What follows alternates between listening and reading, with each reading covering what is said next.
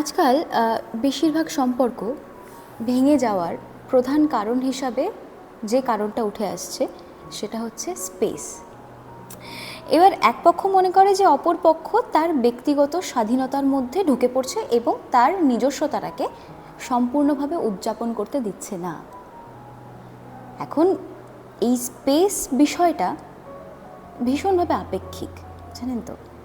যেমন আপনার কাছে যেটা যত্ন করা বলে মনে হবে অপোজিটের পার্সনের কাছে সেটা অস্বস্তিকর কারণ হয়ে দাঁড়াতে পারে বা আধিপত্য ফলানো মনে হতে পারে। আবার আপনার কাছে যেটা সুরক্ষিত থাকার সঠিক উপায় বলে মনে হচ্ছে সেটা অপর মানুষের কাছে দমবন্ধকর পরিস্থিতি লাগছে।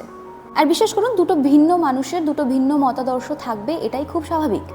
এই ভিন্ন মতাদর্শের মানুষ বা ভিন্ন চিন্তাভাবনার মানুষ দিয়ে প্রেম হয়, কিন্তু সম্পর্ক, একটা আস্ত সম্পর্ক টেনে নেওয়া যায় না, একটা আস্ত সম্পর্ক বজায় রাখা যায় না, অনেক দিন ধরে চলা যায় না।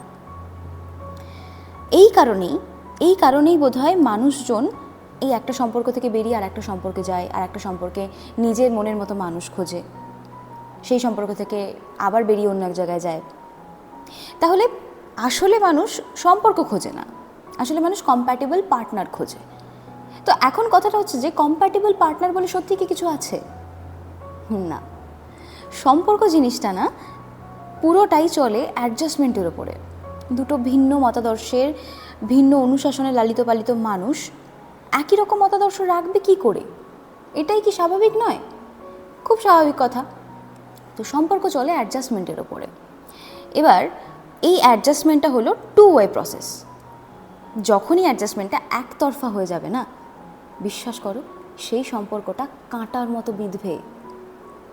এবার তুমি বলতেই পারো, মানে এবার তর্ক হতেই পারে যে তাহলে আমাদের আগের প্রজন্মগুলো এতগুলো বছর মা বাবারা থাকলো কি করে, তাদের সম্পর্ক থাকলো কি করে? এখন আসলে কি জানো তো, তাদের মধ্যে না ওই অ্যাডজাস্ট করার ক্ষমতাটা না অনেক বেশি। এটার থেকেও বড় কথা, তাদের আর যাওয়ার কোনো জায়গা ছিল না। আসলে মা কাকিমারা প্রথম থেকেই সেই প্রাথমিক শিক্ষাটুকুই পায়নি যে শিক্ষা দিয়ে বিচার বিবেচনা করে নিজের পায়ে দাঁড়িয়ে স্বাবলম্বী হতে পারবে এবং নিজেকে একটা সম্পর্ক থেকে বার করে এনে সচ্ছলভাবে বাঁচতে পারবে। তারা অলওয়েজ ডিপেন্ডেন্ট ছিল পুরুষ জাতির ওপরে, পুরুষ সমাজের ওপরে। আর তখনকার দিনে সেপারেটেড মহিলাদের নিয়েও চাকরির বাজারটা এতটা সেন্সিটাইজ ছিল না।